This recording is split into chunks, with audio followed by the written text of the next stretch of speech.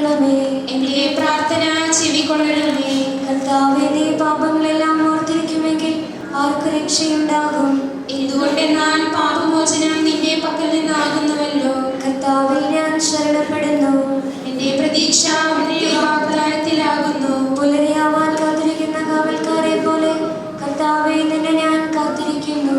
പുലരിയാവാൻ കാത്തിരിക്കുന്ന കാവൽക്കാരെ പോലെ ഇസ്രായേലും കർത്താവിനെ കാത്തിരിക്കുന്നു. എന്തുകൊണ്ടെന്നാൽ അവൻ കരുണയുള്ളവനാകുന്നു. പൂർണ്ണമായ രക്ഷയും അവന്റെ പക്കലാകുന്നു. ഇസ്രായേലിനെ അതിന്റെ പാപങ്ങളിൽ നിന്നെല്ലാം അവൻ രക്ഷിക്കും. പിതാവിനും പുത്രനും പരിശുദ്ധാത്മാവിനും സ്തുതി, ആദ്യം മുതൽ എന്നേക്കും ആമേൻ. അഗാധത്തിൽ നിന്ന് നിന്നെ ഞാൻ വിളിക്കുന്നു. മരിച്ചവരെ ഉയർപ്പിക്കുന്നവരെ, നിന്റെ തിരുനാമത്തിന് സ്തുതി. പ്രാർത്ഥിക്കാം, നമുക്ക് സമാധാനം.